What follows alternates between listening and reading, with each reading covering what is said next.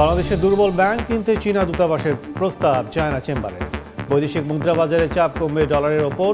Dhaka Beijing দ্বিপাক্ষিক বাণিজ্যে কমবে খরচ, বিশ্লেষণ অর্থনীতিবিদদের। আর্থিক খাতে জরাজীর্ণ পরিস্থিতি উন্মোচনের বছর 2025, বড় চ্যালেঞ্জ খেলাপি ঋণ আদায় ও আমানতকারীদের ব্যাংকে ফেরানো। রেমিটেন্স বাড়িয়েছে রিজার্ভ, কমেছে মূল্যস্ফীতি। বিপর্যয়ের মুখে ঢাকা চট্টগ্রাম রুটের কন্টেনার পরিবহন। রেলের 4টি ইঞ্জিনের প্রয়োজন হলেও মিলছে মাত্র একটি। জটলা বাড়ছে বন্দরের আশপাশের এলাকায়। পোকার আক্রমণে দিশেহারা জামালপুরের বেগুন চাষিরা। কীটনাশক দিয়েও মিলছে না প্রতিকার। বাড়ছে লোকসানের শঙ্কা। লাভজনক চাষে কৃষকের পাশে থাকার আশ্বাস কৃষি বিভাগের। এবং ভারতে বিমানবন্দরে $11 বিলিয়ন বিনিয়োগে আগ্রহী আদানি গ্রুপ। নির্মাণ করবে টার্মিনাল ও রানওয়ে। যাত্রী সেবা 60% বৃদ্ধির লক্ষ্য।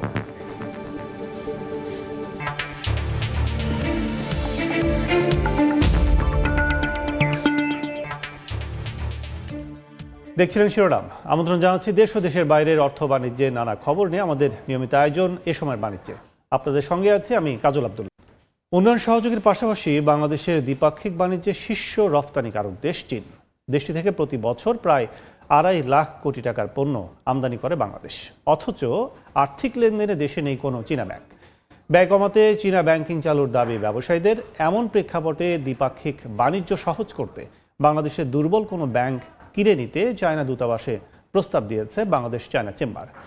অর্থনীতিবিদরা মনে করেন চীনা ব্যাংক থাকলে সহজ হবে লেনদেন, চাপ কমবে ডলারের ওপর। বিস্তারিত দেখুন আমার করা রিপোর্টে। বিশ্বের যে দেশ থেকেই পণ্য আমদানি করা হোক না কেন, বাংলাদেশকে সংশ্লিষ্ট দেশের পণ্য কিনতে হলে প্রথমে টাকা থেকে ডলার, ডলার থেকে সংশ্লিষ্ট দেশের মুদ্রায় অর্থ পরিশোধ করতে হয়। এতে বিভিন্ন চার্জ সহ ব্যয় বাড়ে একাধিকবার। দিন শেষে যার প্রভাব পড়ে পণ্যের মূল্যে। সবচেয়ে বেশি ব্যয় বাড়ে বাংলাদেশের শীর্ষ রফতানিকারক দেশের পণ্য কিনতে। এর মধ্যে মোট আমদানির 25% আসে চীন থেকে। রয়েছে বিনিয়োগ, বাণিজ্য, চিকিৎসা সহ গুরুত্বপূর্ণ খাতে বাংলাদেশের একক বৃহত্তম অংশীদারিত্ব। কিন্তু আর্থিক লেনদেনে বাংলাদেশে নেই কোনো চীনা ব্যাংক। এতে ভোগান্তিতে পড়েন ব্যবসায়ীরা। যারা আমদানি করে চায়না থেকে, তাদের একটা লেনদেনের একটা ভালো সুযোগ সুবিধা তৈরি হবে। আর নাম্বারটি হলো যে গভর্নমেন্টের যে প্রজেক্টগুলো আছে, আপনি জানেন যে চায়নার সাথে বাংলাদেশে অনেকগুলো প্রজেক্ট আছে। সেই প্রজেক্টগুলো যে লেনদেন এবং যে আদান প্রদান এবং ফান্ডিংগুলো, এগুলো নিয়ে গভর্নমেন্টের একটা ভালো সুবিধা হবে। প্রেক্ষাপট যখন এমন, তখন ভিন্ন চিন্তা করছে বাংলাদেশ চায়না চেম্বার। সভাপতি জানান, দুদেশের বাণিজ্য সহজ করতে বাংলাদেশের যে কোনো একটি দুর্বল ব্যাংক কিনে নিতে পারে চীন। এছাড়া কারিগরি দক্ষতা বিনিময়ের প্রস্তাবও দিয়েছে চেম্বার। এলসি করতে আমার সরাসরি যাবে, এখানে এলসিতে 1% আমার খরচ কমবে। দ্বিতীয়ত এক্সচেঞ্জ রেট যদি আপনি ফিক্স আপ করে দেন। আরেকটা আমি বলছি, একটা ব্যাংক যে আমাদের যে 20টা ব্যাংকের অবস্থা খারাপ, এখান থেকে একটা খারাপ ব্যাংকে তারা কিনে নিতে পারে। আমি মাস্টার্স করছি, বিএসসি করছি, বিকম করছি, এটা করছি, কোনো আউটপুট নাই। আমি চাচ্ছি, আমি চাইনিজ অ্যাম্বাসেডর সাহেবকে বলেছি যে আপনারা আমাদের এখানে 20টা পলিটেকনিক্যাল স্কুল করে দেন। চীন বাংলাদেশে ব্যাংকিং চালু করলে ব্যবসায়ীরা উপকৃত হবে বলছেন অর্থনীতিবিদরা। চাইনিজ ব্যাংক যদি এখানে থাকে এবং তারা যদি আমাদের ন্যাশনাল রেগুলেশনের চেয়েও বেটার রেগুলেশনে মূলধন দিতে পারে, তাহলে আমাদের হয়তো একটা মুক্তির উপায় হবে। 2024-25 অর্থ বছরে চীন থেকে বাংলাদেশ আমদানি করে $16.63 বিলিয়ন পণ্য। বিপরীতে দেশটিতে রপ্তানি হয় $715.37 মিলিয়ন। কাজল আব্দুল্লাহ, সময় সংবাদ, ঢাকা। আর্থিক খাতকে রাজনীতিকরণের চরম ফলাফল আর জরাজীর্ণ পরিস্থিতি উন্মোচনের বছর 2025। একদিকে কার্পেটের নিচে থাকা 6.5 লাখ কোটি টাকার খেলাপি ঋণ, অন্যদিকে আমানতকারীদের আমানত ব্যাংকে ফেরানোর নিশ্চয়তা এখন সবচেয়ে বড় চ্যালেঞ্জ। বাধা বিপত্তি পেরিয়ে রাষ্ট্রের অধীনে হয়েছে প্রথম শরিয়া ভিত্তিক ইসলামী ব্যাংকের সূচনা। বিনিয়োগ মন্থরতায় বেসরকারি খাতে ব্যাংকের ঋণ বিমুখতা আর রেমিটেন্স বাড়িয়েছে রিজার্ভ, কমেছে মূল্যস্ফীতি।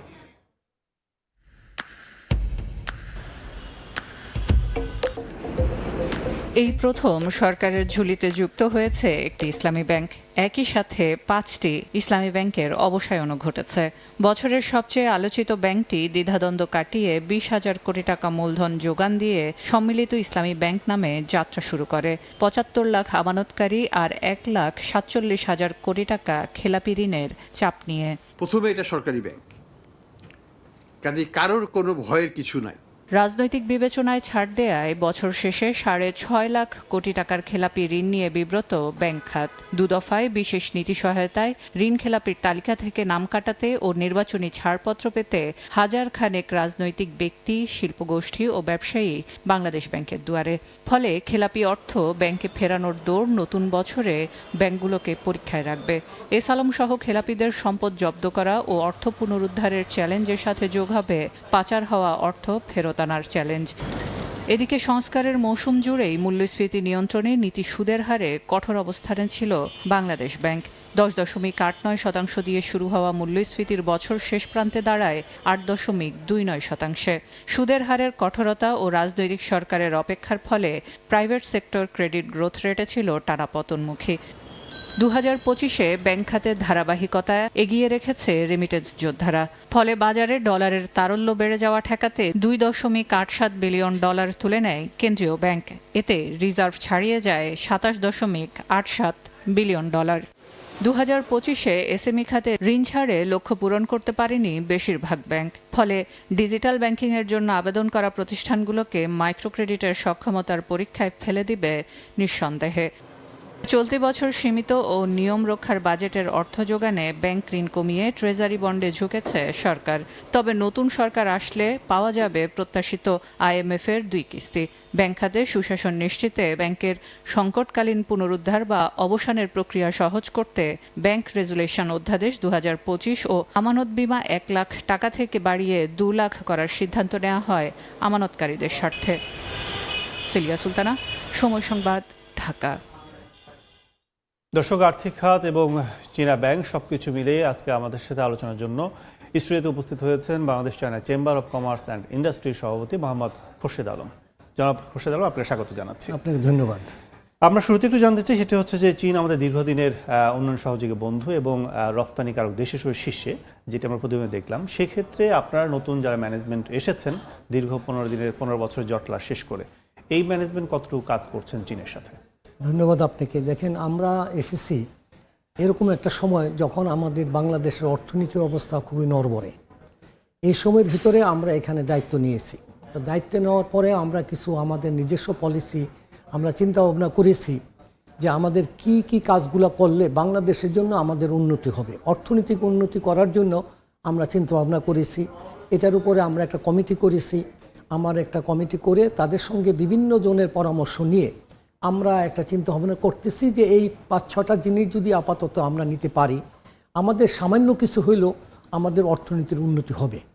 এই ধরনের চিন্তা ভাবনা করে যখন আমাদের এই রাষ্ট্রদূতের সঙ্গে, চীনা রাষ্ট্রদূতের সঙ্গে আমাদের সাক্ষাতের বিষয় হলো, তখন আমরা ওনাদেরকে লিখিতভাবে আমরা কিছুটা আমাদের যে আগ্রহ বা আমরা কি চাচ্ছি, আমরা তো মুখে মুখে বলি, আমি ওটা লিখিত আকারে দিয়েছি যে আমরা যদি এই জিনিস পাই আমাদের দেশের জন্য উন্নত হবে। যেহেতু তারা একটা বড় দেশ, সারা বিশ্বের ভিতরে মনে করেন তাদের টেকনোলজি এত উন্নত মানের যে এখন কোথায় আমাদের যাওয়ার রাস্তা নেই একমাত্র এই চীন দেশ ছাড়া। সেক্ষেত্রে চীনের দূতাবাসের ফিডব্যাকটা কেমন পেয়েছে? না, এখন তো ওনারা আমাদের জিনিসগুলা দেখে পর্যবেক্ষণ করতেছেন এবং ওনারা কিন্তু আমাদের সঙ্গে যোগাযোগ করে জানাচ্ছেন কি কি হবে না হবে, কিছু পরিকল্পনা।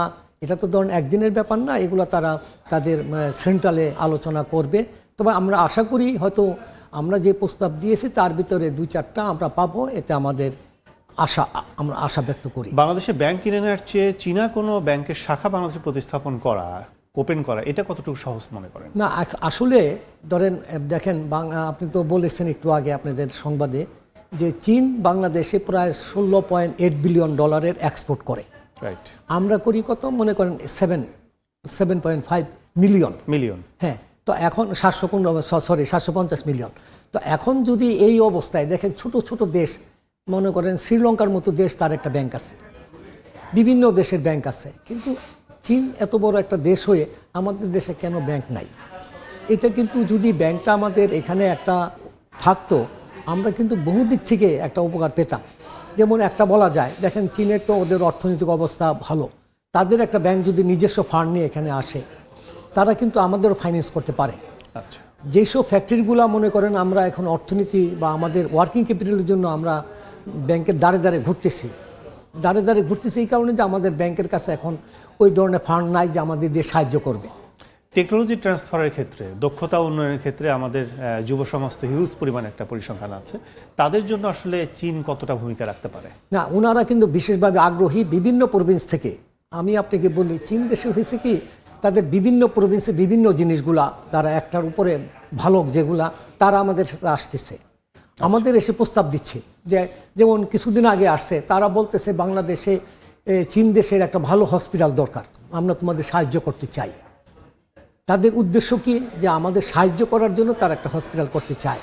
এখন আমরা আগ্রহী কিনা, তো এই ধরনের কথা আমাদের একটা প্রস্তাব দিচ্ছে। আমরা চিন্তা ভাবনা করছি, আমরা বিভিন্ন ধরনের এই জিনিসগুলোর উপরে আলোচনা করে দেখেন, এখনও কিন্তু আমাদের 3-4 জন লোক চায়নার হেনান প্রভিন্সে আছে, সেইখানে এই বিষয়ে কথাবার্তা হচ্ছে, বিভিন্ন বিষয় নিয়ে আলোচনা হচ্ছে।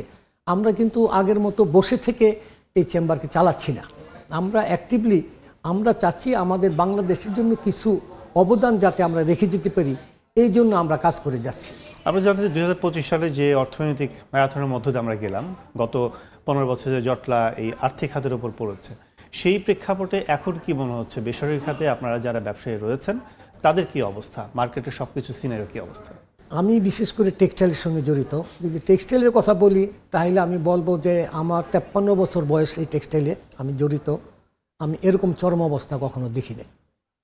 আমাদের এখন অবস্থা এরকম হয়েছে যে আমি জানি না যে কি হলো, আমাদের অনেক মিলে আপনার সুতা রাখার জায়গা নেই,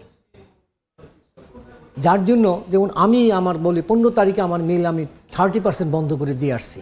কারণ হয়েছে আমার স্টোরে জায়গা নেই সুতা রাখার, আমি বিক্রি করতে পারতেছি না।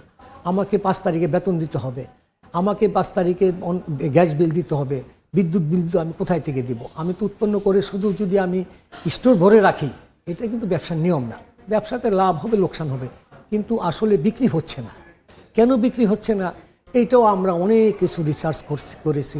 আমি কালকেও একটা মার্কেটে গিয়েছি কিছু জিনিস দেখার জন্য, যে আমাদের কারণগুলোকে রিটেলারের কাছে গিয়ে জানতে চাচ্ছি। যে গিয়ে দেখি যে সব বিদেশি কাপড়, সব কাপড় বন্ডের কাপড়। আমি কালকে দেখে আমি বুঝতে পারলাম যে যে জিনিসগুলো আমরা শুনেছি আপনাদের মাধ্যমে, বিভিন্ন নিউজে বা বিভিন্ন আর্টিকেলে আপনারা লিখেছেন যে এই ধরনের কাপড় বাজার, কালকে আমি নিজে গিয়ে দেখেছি। আমি 2-3টা দোকানে গিয়েছিলাম দেখার জন্য, দেখেছি সত্যিকারের বিদেশি কাপড়ের সয়লাভ হয়ে গেছে, যার জন্য আমাদের বাংলাদেশি যে পণ্য আপনার কাপড় বা সুতা এগুলো কিন্তু বিক্রি হচ্ছে না। সমাধানের পথ কি মনে করছে? এখন সমাধানের পথ হইলো, যেটা আমার দৃষ্টিতে আমি যদি বলি, সেটা হলো যে বন্ড মিসইউজটা বন্ধ করতে হবে। এটা হলো আমাদের এই অর্থনীতি যে টেক্সটাইল যে আজকে এই চরম দুর্দশায়, এই দুর্দশা থেকে বের হইতে হইলে দেখেন কাপড়গুলো নিয়ে বন্ড তো অটোমেশন করে ফেলেছে এনবিআর, সেক্ষেত্রে এখন সেই প্রভাবটা কতটুকু কমবে এইটা এখন বলা যাবে না। কারণ হচ্ছে দেখেন আগেও তো সিস্টেম ছিল, একদম ছিল না, কিন্তু আমাদের জিনিস তো মনিটরিং করা হয় নাই। যদি মনিটরিং করা হতো, আপনি দেখতে পাচ্ছেন যে একটা ফ্যাক্টরি নাই, সে এত কোটি টাকার কাপড় এনে বিক্রি করে দিয়ে গেছে। কেন নিয়ে আসছে এত কোটি হ্যাঁ, টাকা? তা আমার প্রশ্ন আপনার কাছে, যে আপনি যেহেতু এনবিআর এর দায়িত্ব ছিল, তো এনবিআর মনিটরিং করতে পারে নাই। এখন আপনি যে বলতেছেন অনলাইন করলেন, সেই অনলাইনেও আপনাকে মনিটরিং করতে হবে। আমাদের বক্তব্য হচ্ছে প্রত্যেকটি কাজকে মনিটরিং, স্বচ্ছতা থাকতে হবে, যাতে আমাদের নিজস্ব বাংলাদেশি যে শিল্প অর্থনীতিকে চাঙ্গা করার জন্য, এবং আপনি জানেন কত শ্রমিকের এখানে আজকে কর্মসংস্থান হয়েছে। আজকে যদি আপনি বিদেশি জিনিসপত্র এনে দেন, তাহলে এই মিলগুলোর কি হবে এবং এই শ্রমিকদের কি হবে? তো আমরা চাচ্ছি যে আমাদের অর্থনীতি, দেখেন প্রত্যেকটা দেশেই তার নিজস্ব অর্থনীতি আগে দেখতে হয়। তো আমাদের এখানে যে জিনিসটা হয়েছে, আমি ধরেন আমাদের তো টেক্সটাইলটা আমরা গড়ে উঠেছি, কিন্তু সবচেয়ে ভালো সময় গেছে আমাদের 81 সন থেকে। আমরা কিন্তু টেক্সটাইলটা উত্থান হয়েছে 81 থেকে। কেন উত্থান হয়েছিল? আমাদের নিজস্ব, আপনি জানেন আমাদের তখন 15 কোটি লোক, বা আমাদের যে লোকগুলো আছে এখন বর্তমানে, এটার কিন্তু সম্পূর্ণ কাপড়গুলো আমরা দিয়ে আসছিলাম। এটা কিন্তু বাজার, বিরাট বাজার, ধরেন $11 বিলিয়ন। আমরা শেষের দিকে আলোচনার। আচ্ছা, তো এখন যদি আপনি আমাদেরকে বাঁচাতে চান, আমরা চাই না যে আমাদের শিল্পটা পাট শিল্পের মতো হয়ে যাক, যার জন্য আপনাকে আমাকে সাপোর্ট দিতে হবে দেশের অর্থনীতি উন্নয়নের জন্য, দেশীয় ব্যাংকগুলোর বাঁচার জন্য, আমাদের লোনগুলো যাতে আমরা সময় মতো ফেরত দিতে পারি এবং কর্মসংস্থান যেন ধরে রাখতে পারি। এই জন্য এনবিআর-এর কাছে আমাদের অনুরোধ, আপনার জিনিসটা মনিটরিং করে আমাদের রক্ষা করেন। অনেক অনেক ধন্যবাদ খুরশিদ ভাই আমাদের সাথে আলোচনায় যুক্ত হওয়ার জন্য। Thank you. দর্শক, আলোচনা করছিলাম দেশে চীনা ব্যাংকিং ওপেন, একই সঙ্গে বাংলাদেশের রপ্তানি, রেমিটেন্স, রিজার্ভ সবকিছু মিলে আমাদের সাথে আলোচনায় যুক্ত ছিলেন বাংলাদেশ চায়না চেম্বারের সভাপতি জনাব খোরশেদ আলম। এবার বন্দর বাণিজ্যের খবর।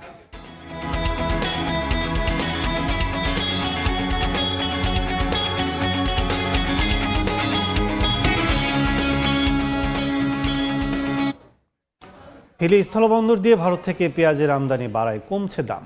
বিস্তারিত জানাতে বন্দর থেকে সরাসরি যুক্ত হচ্ছেন রিপোর্টার শফিকুল ইসলাম শফিক।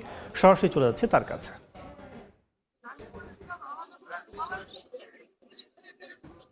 হিলি স্থলবন্দর দিয়ে চলতি মাসের 7 তারিখ থেকে পেঁয়াজের আমদানি শুরু হয়। গত 11 দিনে এই বন্দর দিয়ে 113 ট্রাকে 3,399 মেট্রিক টন পেঁয়াজ আমদানি হয়েছে বন্দর দিয়ে।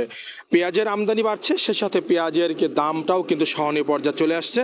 গত 3 থেকে 4 দিন আগে যদি তথ্য বলি, পেঁয়াজের কেজি 80 টাকা থাকলো, সে পেঁয়াজটা গতকালকে বিক্রি হয়েছে 50 থেকে 51 থেকে 52 টাকা পেঁয়াজ কেজি বিক্রি হয়েছে। অর্থাৎ পেঁয়াজের দাম কেজিতে 2 দিনের ব্যবধানে 10 থেকে 12 টাকা পেঁয়াজের দাম কমতির দিকে। এদিকে পেঁয়াজের দাম কমার কারণে এদিকে যারা পাইকাররা যারা পেঁয়াজ কিনতে আসছেন তাদের মধ্যে বেশ একটা স্বস্তি আমরা লক্ষ্য করেছি। এবং আমদানিকারকরা বলছেন যে যেহেতু সরকার পেঁয়াজের আমদানির যেহেতু অনুমতি দিয়েছে, আইপিটা যদি তাদের জন্য উন্মুক্ত করে দেয়, যদি তারা যদি অনেক পেঁয়াজ আইপি যদি তারা পায়, সেক্ষেত্রে পেঁয়াজের দাম আরও সহনীয় পর্যায়ে চলে আসবে। তারা এটাও বলছেন ভারতের অভ্যন্তরে যে বর্তমানে পেঁয়াজের ভরা মৌসুম, এখানে নতুন নতুন প্রদেশে পেঁয়াজ উঠতে শুরু করেছে, পেঁয়াজের পর্যাপ্ত ওখানে সরবরাহ রয়েছে, আইপি যদি তারা পর্যাপ্ত পায়, দাম কিন্তু সহনীয় পর্যায়ে আরও আসবে। হিলি স্থলবন্দর থেকে পেঁয়াজের আমদানি বাজার দর নিয়ে এতটুকু ছিল আমার কাছে সর্বশেষ। এখন সরাসরি ছিলাম হিলি স্থলবন্দরে। ইঞ্জিন সংকটে বিপর্যয়ের মুখে পড়তে যাচ্ছে ঢাকা চট্টগ্রাম রুটের কন্টেনার পরিবহন। প্রতিদিন 4টি ইঞ্জিনের মাধ্যমে অন্তত 200 কন্টেনার পরিবহনের প্রয়োজন হলেও পাওয়া যাচ্ছে মাত্র 1টি ইঞ্জিন। এতে নানামুখী জটিলতায় পড়ছে আমদানি রফতানি বাণিজ্য। শাখাটিপুর ক্যামেরায় বিস্তারিত জানাচ্ছেন কমল দে। বন্দরের ইয়ার্ডে ঢাকা আইসিডিগামী কন্টেনার রাখার দারুণ সক্ষমতা অতিক্রম করায় অন্তত 200 কন্টেনার এনে রাখা হচ্ছে সিজিপিওয়াই সহ উন্মুক্ত স্থানে। এর ফলে আমদানি রপ্তানি পণ্যের যেমন নিরাপত্তা বিঘ্নিত হচ্ছে, ঠিক তেমনি প্রকৃত সময়ে পণ্য বুঝে পাচ্ছেন না আমদানিকারকরা। শুধুমাত্র পরিবহন জটিলতার কারণে, সংকটের কারণে আমদানিকারকরা যথাসময়ে তাদের কন্টেনারটা ডেলিভারি নিতে পারে না। প্রতিদিন ঢাকা চট্টগ্রাম রুটে অন্তত 200 কন্টেনার পরিবহনের লক্ষ্যমাত্রা থাকলেও তা কোনোভাবেই 50টির বেশি হচ্ছে না। একদিকে রেলপথে কন্টেনার ডেলিভারিতে 6 থেকে 7 দিন সময় লাগছে, অন্যদিকে সড়কপথে কন্টেনার পরিবহন বাড়তে থাকায় সৃষ্টি হচ্ছে অসহনীয় যানজটের। এভাবে যদি ক্রমান্বয়ে কমতে থাকে তাহলে কিন্তু আমাদের যারা এক্সপোর্ট এবং ইম্পোর্ট ঢাকা চিটং করে থাকি সেটা কিন্তু অনেকাংশে হ্রাস পাবে এবং যে আমাদের খরচও বৃদ্ধি পাবে। এমনিতে বহরে প্রয়োজনীয় ইঞ্জিন না থাকায় যাত্রীবাহী ট্রেন চালাতে হিমশিম খাচ্ছে রেলওয়ে পূর্বাঞ্চল। তার সঙ্গে নতুন করে যুক্ত হচ্ছে কন্টেনার এবং জ্বালানি তেলবাহী ট্রেন চালাতে অতিরিক্ত ইঞ্জিনের চাহিদা। তুলনামূলক যে কোনো সময়ের চেয়ে এখন কন্টেনার ফ্লোটা বেশি, সেই তুলনায় আমাদের ইঞ্জিন সরবরাহটা সে হারে বাড়ে নাই। আইসিডিগামী 500 থেকে 700 কন্টেনার নিয়ে আরও কয়েকটি জাহাজ চট্টগ্রাম বন্দরে প্রবেশের অপেক্ষায় রয়েছে। কমল দে, সময় সংবাদ, চট্টগ্রাম। শিল্পে বাড়লেও কৃষি ও সেবা খাতে কমেছে শ্রমজীবী মানুষের আয়। বাংলাদেশের পরিসংখ্যান ব্যুরোর মজুরি সূচক এই তথ্য মিলেছে।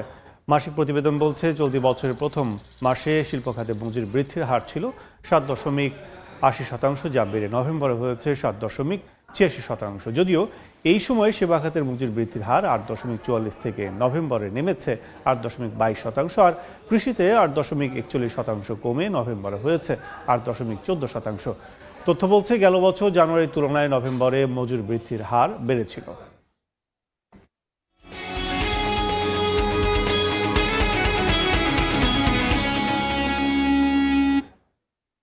রাজধানী ঢাকা শুধু বহু মানুষের কর্মসংস্থানের সুযোগ করে দেয়া এক শহরই নয়, প্রবাসী আয় আনতেও সবচেয়ে এগিয়ে।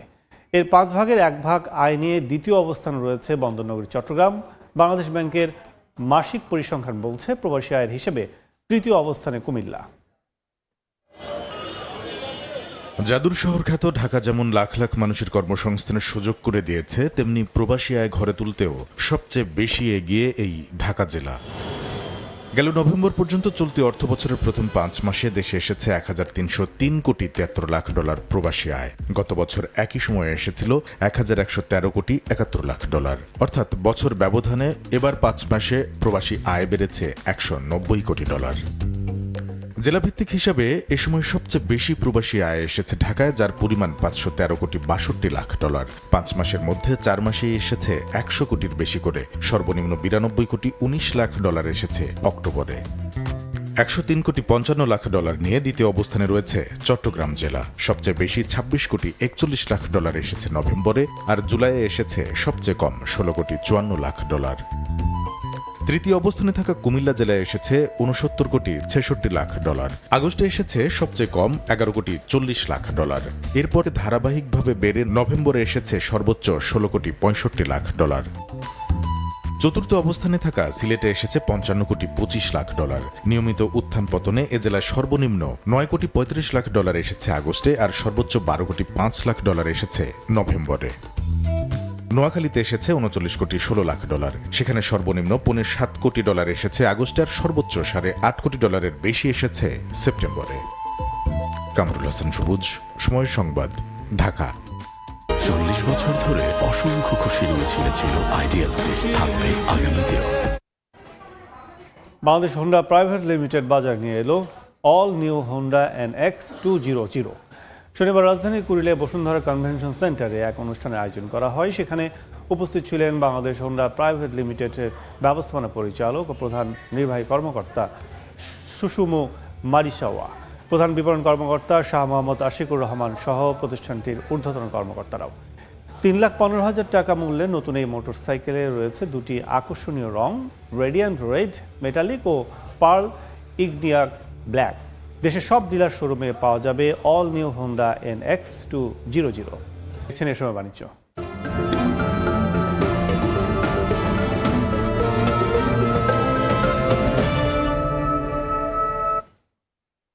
পোকার আক্রমণে দিশেহারা জামালপুরের চরাঞ্চলের চাষিরা। কীটনাশক দিয়েও মিলছে না কোনো প্রতিকার, এতে ক্ষতির মুখে পড়েছেন তারা। লোকসান কাটিয়ে উঠতে পরামর্শ দেওয়া হচ্ছে বলে জানিয়েছে কৃষি বিভাগ। জামালপুর সদরসহ দেওয়ানগঞ্জ, ইসলামপুর, বকশীগঞ্জ, মেলান্দহ ও মাদারগঞ্জের চরাঞ্চল জুড়ে চাষ হয় শীতকালীন সবজি গোল বা তালবেগুন। বিক্রি হয় রাজধানী সহ দেশের বিভিন্ন জেলায়। চরের চাষিদের আয়ের বড় একটা অংশ এই বেগুন যোগান দিলেও এবছর পোকার আক্রমণে দিশেহারা তারা। এরা আছে মানে বাগুন সেদি করে, আরেক পোহা আছে পাতা মধ্যে ধরে ওয়াশ চুইসা খেলা। এর মধ্যে খালি পোকার কোনো পর্তা নাই। বাজার নিলে নেয় নামাই কলে না কিনে আইস বিষ দিয়ে আছি, পোকা ধরে রয়েছে, পোকা ছাড়া আর পাইতেছি না। যে জায়গায় 5 মণ হইতো এখন 1.5 মণ পাই। চাষিদের অভিযোগ, কৃষি অফিসের কোনো ব্লক সুপারভাইজার তাদের কোনো পরামর্শ দিচ্ছে না। সেই সঙ্গে রয়েছে বাড়তি উৎপাদন খরচের চাপ। কোনো সাহেব খেত দেখে না, কোনো সারা খেত দেখে না, আমার অবস্থা খুবই খারাপ। এবার আসল কি জিনিস তুলে দেখাবো না কোনো গৃহস্থ, খালি আমি বলতে না সবাই। কৃষি সম্প্রসারণ অধিদপ্তর বলছে বেগুনের ভালো ফলন ও দাম পাচ্ছেন চাষিরা, তবে কিছু জমিতে পোকার আক্রমণ দেখা দেয় নিয়মিত পরামর্শ দেওয়া হচ্ছে। বেগুনের ফলটা ছিদ্রকারী পোকাটা খুব বেশি আক্রমণ হয়, যার কারণে কৃষকদেরকে আমরা পরামর্শ দিচ্ছি পাশাপাশি বাড়ি বেগুন 8 এবং 10 এবং 12 পোকার প্রতিরোধী আমরা তাদেরকে এইটাকে পরিবর্তে আমরা ওইটাকে আবাদ করার জন্য আমরা পরামর্শ দিয়ে যাচ্ছি। এবছর জামালপুরে 4,350 হেক্টর জমিতে বেগুনের চাষ হয়েছে। সময় সংবাদ, জামালপুর। দেখছেন এ সময় বাণিজ্য। দেশসেরা ব্র্যান্ডগুলোকে সম্মাননা দিল বাংলাদেশ ব্র্যান্ড ফোরাম। 20 ডিসেম্বর রাজধানীর একটি হোটেলে 17তম বেস্ট ব্র্যান্ড অ্যাওয়ার্ডের বিজয়ীদের নাম ঘোষণা করা হয়। এবছর 45টি ভিন্ন ক্যাটাগরিতে 45টি ব্র্যান্ডের হাতে তুলে দেওয়া হয় most loved brand of Bangladesh পুরস্কার। 15টি ব্র্যান্ডকে দেওয়া হয় overall top most loved brands of Bangladesh সম্মাননা। আসরে most emerging brand of Bangladesh শীর্ষক সম্মাননা অর্জন করে আমা কফি। এনসার্চ লিমিটেডের অংশীদারিত্বে আয়োজিত বেস্ট ব্র্যান্ড অ্যাওয়ার্ডে 61টি সম্মাননা দেওয়া হয়।